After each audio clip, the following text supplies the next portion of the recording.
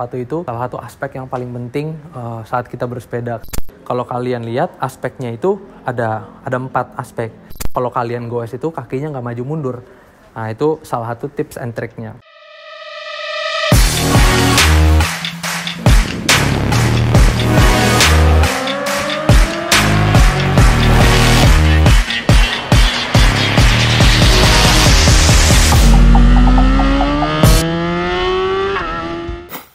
Halo Indonesia, hari ini gue lagi main ke Loops Bike Stop and Coffee. Jadi di sini tempat sarangnya, dibilang sarangnya atau kandangnya Cervelo dan Focus Indonesia. Terus tentunya kalau barang-barang untuk sepeda itu mereka nggak cuman jualan sepedanya aja, nggak cuman jualan frame-nya aja, cuman ada wheelsetnya juga, terus tentunya ada apparelsnya juga. Ada alat-alat penunjang untuk sepedahannya juga. Terus hari ini gue mau bicarain ke kalian mengenai sepatu. Jadi sepatu itu, kenapa gue mau bicarain sepatu dulu? Karena menurut gue sepatu itu salah satu aspek yang paling penting saat kita bersepeda. Karena jadi ada 3 bagian badan kita yang menyentuh sepedanya. Jadi yang bersentuhan langsung, kontak langsung dengan sepedanya. Salah satunya itu kaki gitu. Nah, jadi yang sentuhan itu 3. Pertama kaki kita, bokong kita dengan seat post-nya, sama tangan kita. Nah ini 3 posisi ini menurut gue itu yang valid sekali ya. Jadi harus crucial gitu. Jadi harus benar-benar sempurna, harus benar-benar semuanya perfect gitu. Nah tentunya juga tempat duduk, dari seat post, terus dari handlebarnya, sama dari klitnya itu semuanya harus dalam posisi yang masih masuk dalam range-nya kita. Bisa ada orang yang insimnya tinggi, cuman karena ototnya kurang lentur, jadi seat postnya harus lebih turun lagi. Terus ada yang mungkin insimnya lebih pendek, cuman karena lentur, jadi seat postnya bisa tinggi. Jadi semuanya itu tergantung dari badan kita. Nah, yang bisa melihat itu hanya fitter gitu. Mereka yang belajar bertahun-tahun hanya untuk mempelajari anatomi tubuh, mempelajari tulangnya, tulang duduk kita, tulang tangan kita, terus tulang kaki kita, otot-ototnya, gerakan otot dan lain-lain itu semua dipelajari gitu. Nah itulah fitter yang proper itu menurut gue seperti itu. Alat, ada yang percaya pakai alat, ada yang percaya nggak pakai alat. Nah kalau yang pakai alat itu mereka lihat dari range-nya aja, kira-kira putaran kaki jadi cuman kayak center merah muter gini, ya udah pas range-nya udah masuk, begitu udah masuk nanti tinggal pilih. Nah cuman kalau yang lihat langsung pakai mata, fitter yang belajar bertahun-tahun, yang pengalaman belajar otot, belajar tulang dan lain-lain, itu mereka bisa lihat langsung. Jadi mereka duduk, reference mereka kira-kira gerakan otot ini bener atau enggak, masih masuk atau enggak, segala macam gitu. Jadi lebih personal touch kalau yang manual gitu. Nah ini yang sebenarnya mahal untuk didapat karena nggak semua orang bisa sekolah fitter, nggak semua orang dapat kesempatan ini gitu. Nah di bersama Cervelo ini nanti gue akan segera buat videonya dengan kalian sama orang yang mungkin grade-nya tertinggi fitter di Indonesia gitu.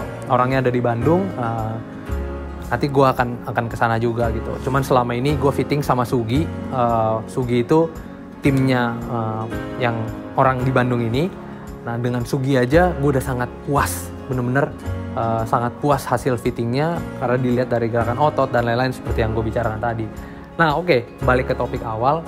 Jadi sepatu, gue mau bicarain ke kalian mengenai sepatu. Nah sepatu ini juga sebenarnya semuanya ada aspek-aspeknya. Nah sepatu itu kalau yang gampang warna putih aja.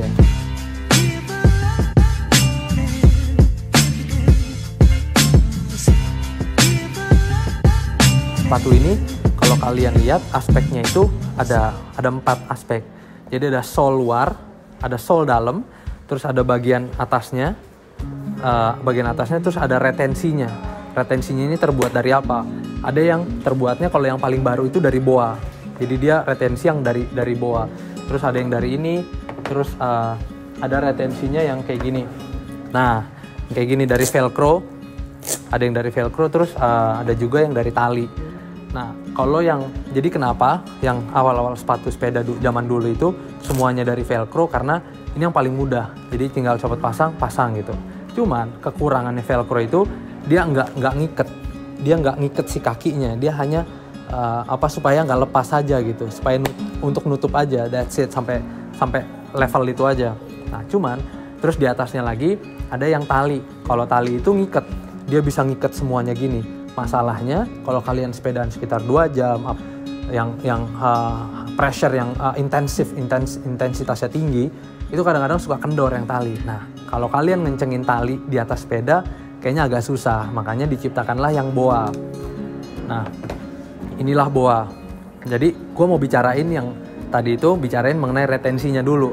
Nah boa ini juga ada level-levelnya juga. Ada yang boanya 1, terus ada boanya yang 2. Yang 2 seperti ini.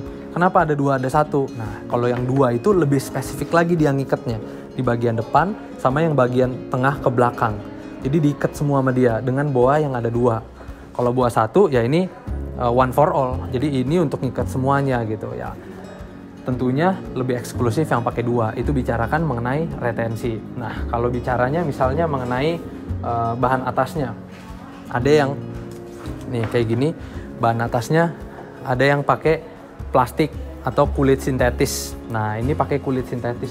Nah ini pakai kulit sintetis atasnya. Kenapa pakai kulit sintetis? Karena bahannya yang kuat, terus bahannya yang lebih murah gitu. Ya sebenarnya bukan bicara murah atau mahalnya di sini. Ini kita bicarain mengenai objektifnya. Jadi kalau kelebihannya ini itu dia kuat, dia nggak bau dan lain-lain.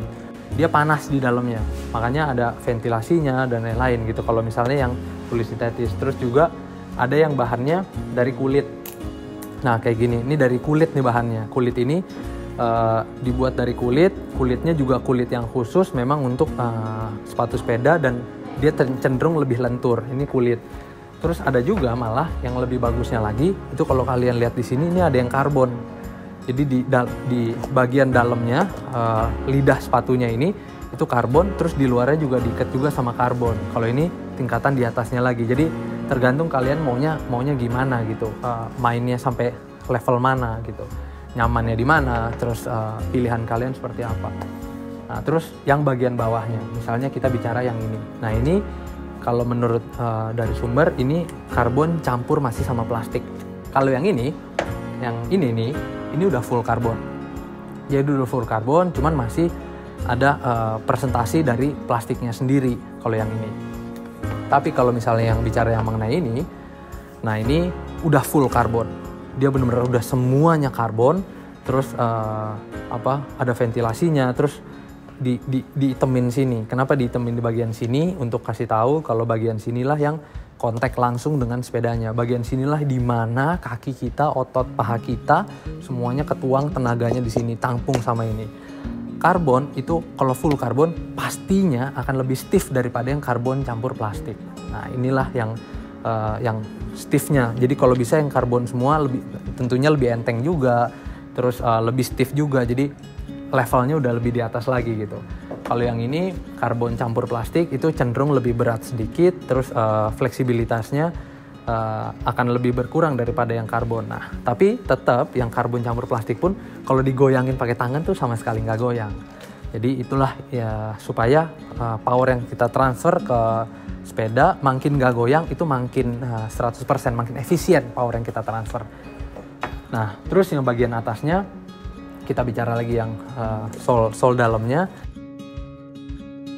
Ini aja misalnya. Nah ini sol dalamnya, ini dia masih plastik aja, masih sol aja biasa gitu. Kalau yang paling biasa, ini satu, terus di atasnya ini ada yang ini. Langsung kalau sepatu merek Suples ini, jadi dia langsung. Nah kalau ini ya merahnya ini karet, bagian dari karet, cuman dia di tengah hitamnya ini dia ada karbon. Jadi memang dia keras, hampir nggak bend sama sekali. Jadi dari solnya aja udah keras, dibikin stiff, terus plus sol dalamnya dibikin stiff, sol luarnya dibikin lebih stiff lagi pakai karbon gitu. Nah jadi setelah pembicaraan gue ini, pemilihan sepatu, kalau menurut gue cara kalian memilih sepatu itu dari 4 aspek itu yang kalian harus lihat.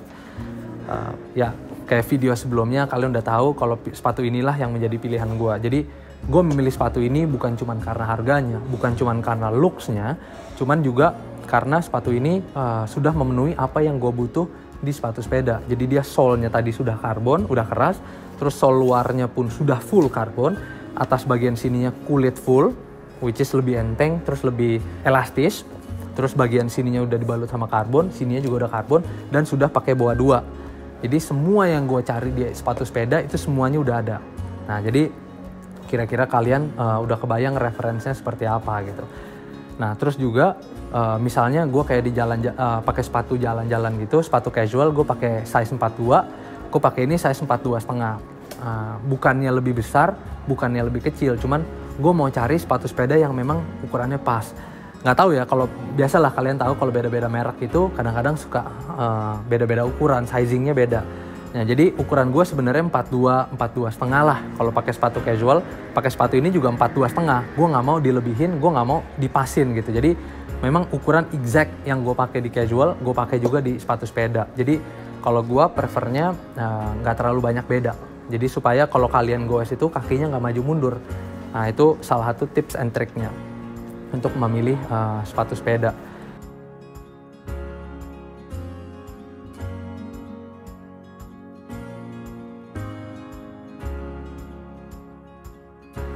Jadi kira-kira menurut gua kalau BOA ya juga kalau di jalanan agak kendor kencengin lagi, agak kendor kencengin lagi, ya tinggal gitu-gitu aja sedikit. Jadi menurut gua ini yang paling bagus. Nah terus juga tips and tricksnya juga nomor 2 itu kalau milih, nah ini kenapa ada titik 3 ini.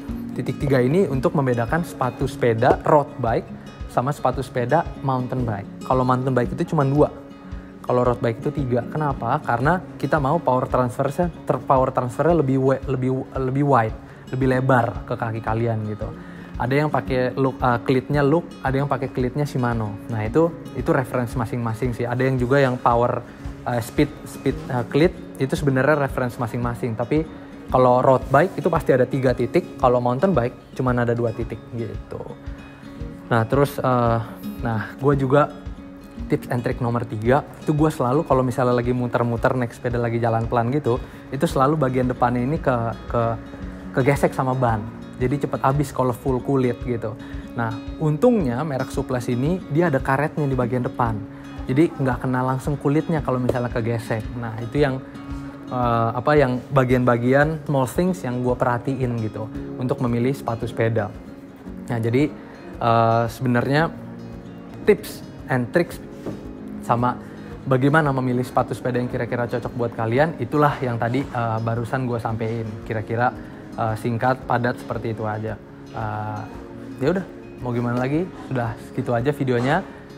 Semoga video ini berguna, semoga video ini bermanfaat buat kalian, dan semoga kalian selalu bahagia, sehat selalu, dan jangan lupa spare.